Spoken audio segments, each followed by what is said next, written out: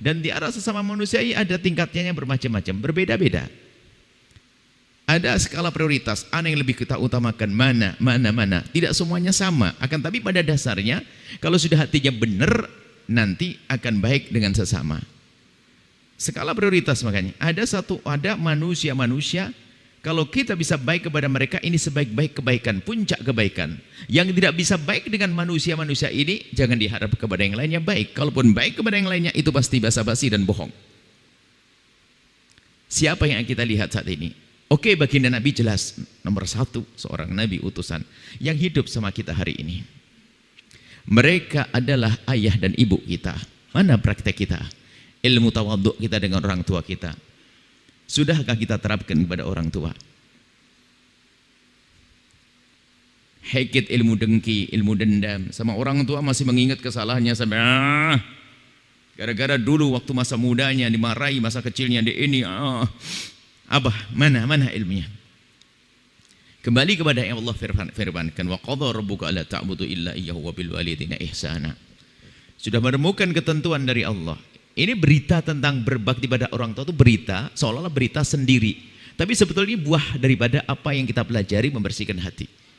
Sudah menemukan ketentuan dari Allah agar engkau tidak beribadah, tidak menyembah kecuali kepada Allah. Ranking 1, nomor 1 adalah dengan Allah. Setelah itu lanjutannya apa? Wabil walidaini ihsana, kepada kedua orang tua yang baik. Baik-baik kepada orang tua. Tanyakan dirimu sendiri, hai hamba Allah, bagaimana urusanmu dengan ayah ibundamu? Ayah ibundamu, bagaimana hati kita dengan ayah ibunda? Berbakti kepada orang tua adalah tanda kebahagiaan. Kalau anak ini bakal bahagia, lihat perjalanan hidupnya dengan orang tuanya. Dan Nabi menyebutkan, kullu dzambin yu'akhirullahu 'uqubatahu yaumal qiyamati. Dosa-dosa ini rata-rata hukumannya banyak ditunda nanti di hari kiamat. Tidak semuanya ditampakkan di dunia. Illa uquqal walidaini, kecuali durhaka kepada orang tua. Yang durhaka kepada orang tua hukumannya akan ditampakkan di dunia sebelum di akhirat. Kesengsaraan tak kunjung berhenti, terus bersambung menyambung sengsara dalam hidupnya. Jangan jauh-jauh cari sebabnya apa. Sebabnya kembalilah, jangan-jangan tidak baik kepada orang tuanya. Orang tua, dan ingat berbakti kepada orang tua akan membuahkan kebaikan. Biarpun orang kafir yang tidak beriman, kalau baik sama bapak ibunya akan Allah beri kebaikan. Cuman bedanya kalau orang yang tidak beriman hanya kebaikan sebatas di dunia.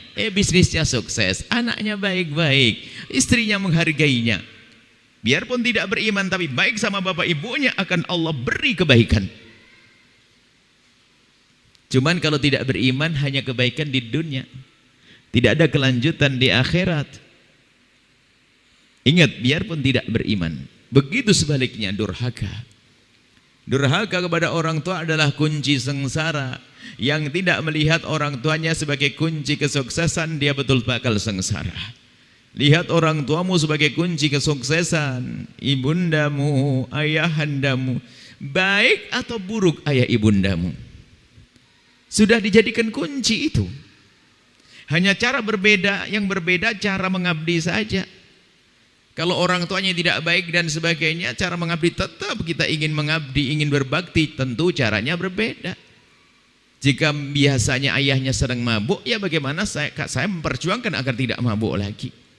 Dan seterusnya, yang jelas tidak boleh kita punya perilaku kasar kepada mereka. Bahkan disebut dalam Al-Quran yang berbeda agamanya pun lihat, harus sahibuhum, harus kita temani di dunia dengan cara yang baik.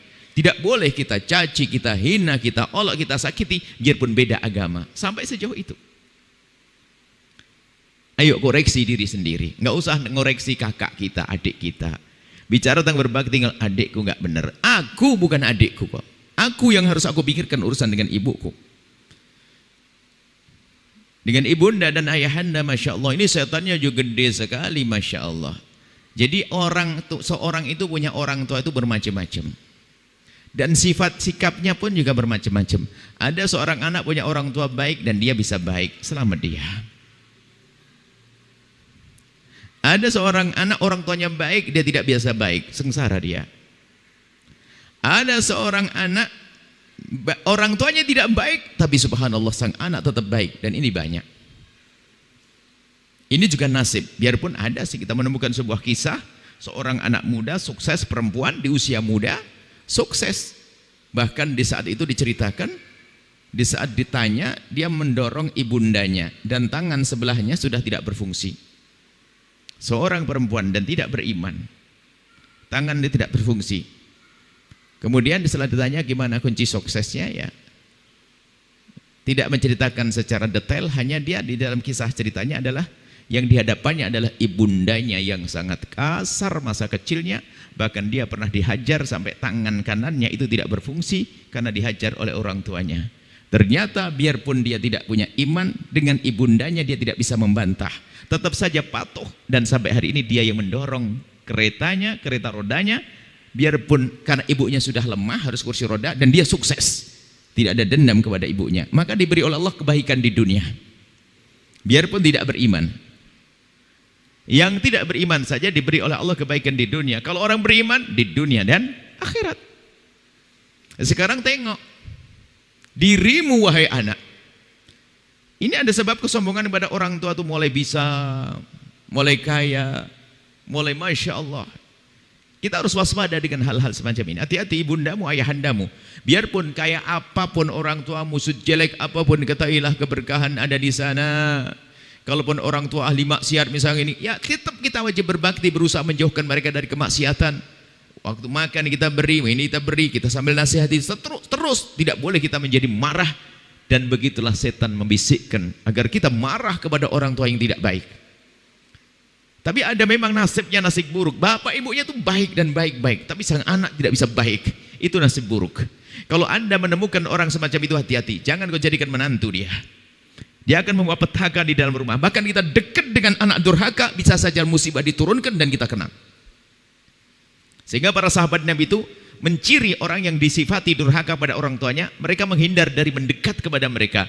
Khawatir ada musibah diturunkan dan dia ada di sampingnya. Mau jadi menantu. Hati-hati. Tolong ayo, semuanya koreksi diri sendiri. Belum terlambat, masih ada waktu kita untuk berbakti pada orang tua, mengabdi kepada orang tua, damai kepada orang tua. Orang tuamu, hei hamba Allah. Ibundamu, ayahandamu. Ibundamu dan ayahandamu, dan berbakti dengan hati, bukan dengan basa-basi. Hatimu, hati, dimulai dari hati. Durhaka pun juga kadang halus loh, tidak sadar durhaka. Bekti dengan hati. Durhaka juga kadang halus sekali, tidak disadari. Kalau kita menggambarkan bentuk durhaka halus, mungkin ada seorang masya Allah durhaka halus banget. Kayaknya berbekti, masya Allah. Ibunya sakit, dia melayani, dia membersihkan segala macam. Masya Allah, ngelayan luar biasa. Nyuci baju dan sebagainya. Apakah dia berbakti dengan sesungguhnya? Ntar dulu dong. Dia sangat semangat membantu ibunya yang sakit atau ayahnya yang sakit. Semuanya hampir dia ngerjakan. Sampai orang geleng-geleng, hebat banget itu sang anak. Iya betul, dia ngerjakan semuanya. Akan tapi diam-diam di dalam hatinya merindukan sertifikat tokonya ganti atas nama dia. Ayo, halus loh durhakanya. Berbaktinya adalah bukan karena Allah, tapi karena mengharap nanti kalau ada kesempatan aku akan dekat ke Umi agar sertifikat toko diganti atas nama dia. Hati-hati. Kadang mau kunjung ibunya pun nunggu abangnya atau saudaranya datang duluan. Kenapa kok nggak datang duluan? Kalau saya datang duluan suruh nembus resep dokter. Jahatnya manusia ini. Halus, durhaka halus. Nggak usah nengok orang lain, jangan-jangan itu kita. Aku. Kalau sudah merantau, yang belum mudik merantau.